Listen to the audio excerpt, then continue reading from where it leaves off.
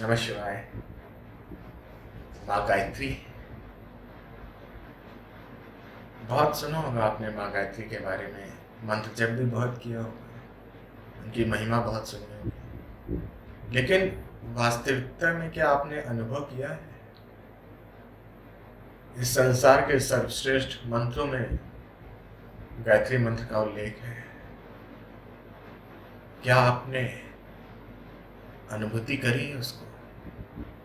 ये सिर्फ मंत्र जप की बात नहीं कर रहा मैं, ये सिर्फ ध्यान की बात नहीं कर रहा मैं उस अनुभूति की, उस वाइब्रेशनल फ्रीक्वेंसी की बात कर रहा हूँ जब जिस फ्रीक्वेंसी पे वो गायत्री मंत्र है। गायत्री क्या, इसको बहुत ध्यान से समझने की आवश्यकता है। गायत्री एक सिर्फ देवी नहीं जिसे तुम पूज रहे हो और सिर्फ एक मूर्ति बना के तुमने किया है, ये तुम्हारे जीवन में है, रोज घटित हो रही है, ये एक घटना है। गायत्री इस संसार की, जो मुझे ध्यान में वो अनुभूति हुई, सर्वश्रेष्ठ साधनाओं में से एक है। गायत्री जिसने विश्वामित्र को विश्वामित्र बनाया, जिसने न जाने कितने बड़े बड़े ऋषियों को बनाया। गायत्री उगते हुए सूर्य का परिचायक, कैसे रात भर की जो तड़प है, जो तिमिर है अंधकार का,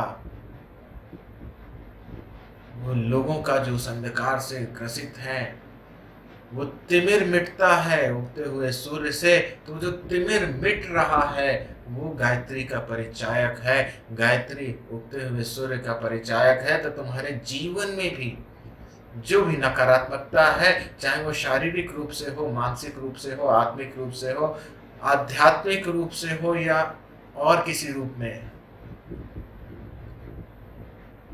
उस तिमिर को मिटाने का मार्ग है गायत्री। और यही सिखाने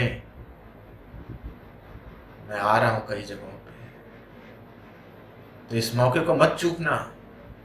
ये तुम्हारे जीवन में पूर्णता को लाने में सक्षम है माँ गायत्री। और कर्मों की शुद्धि में तुम किसी भी गुरु को मानते हो, किसी भी धर्म को मानते हो, ये एक प्योर एनर्जी फॉर्म, एक वाइब्रेशनल फ्रीक्वेंसी है। ये ध्यान, ये साधना के फॉर्म में जब मैं तुम्हें सिखाऊंगा, तुम्हें कुछ साधना से लोग सोचते हैं कि मैं कुछ कर्म कांड, चुपचाप तुम्हें अच्छे से कुर्सी पे, सोफे पे बैठना है आंख बंद करके। सब तुम अनुभूति का ज्ञान है, क्योंकि अनुभूति ही तुम मरने के बाद भी ले जा सकते हो। किताबें तो तुमने लाखों पढ़ी होंगी, वो तुम्हारे यहीं की यहीं रह जानी है मरने के बाद। तो अपने जीवन को पूर्णता की ओर, सांसारिक पूर्णता, आध्यात्मिक पूर्णता, उस ओर ले जाने का मार्ग है गायत्री साधना, ये गायत्री ध्यान। तो ये जरूर से, बहुत भाग्य से कोई भी इसमें भाग ले सकता है। ये नहीं है कि मैं तुम्हें इसलिए कह रहा हूं कि तुम इसमें कोई गुरु तुम्हारा बन जाएगा या तुम किसी को गुरु बना लो। मैं तुम्हें गुरु बनवाने के लिए नहीं आया कि तुम मुझे गुरु मानो।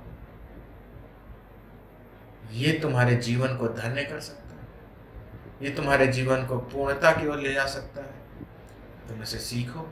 डॉक्टर के पास जैसे जाते हो, दवाइयों के बारे में समझते हो, उसको खाते हो, वैसे ही तुम आओ, अनुभव करो और अपने जीवन में से उतारो। मेरे को सिर्फ इससे मतलब है कि तुम्हारा जीवन धन्य हो। मेरे को सिर्फ इससे मतलब है कि तुम खुश हो जाओ। मेरे को सिर्फ इससे मतलब है कि तुम्हारा जीवन परिपूर्ण हो जाए।